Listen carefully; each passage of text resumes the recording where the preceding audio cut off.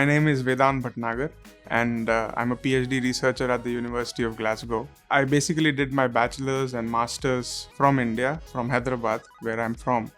And essentially, I'll be researching a topic called digital twins in the context of manufacturing. And then it's used for things like maintenance or predicting the output of the machine or something maybe that's going wrong with the manufacturing and things like that.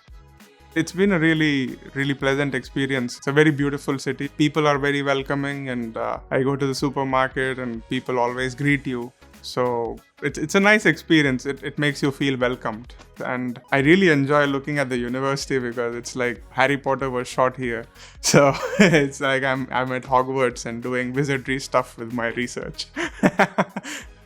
The amount of freedom and self-discovery that I was able to have here is really good because in a PhD, everything is self-driven. They always say that the first year goes all right all the time.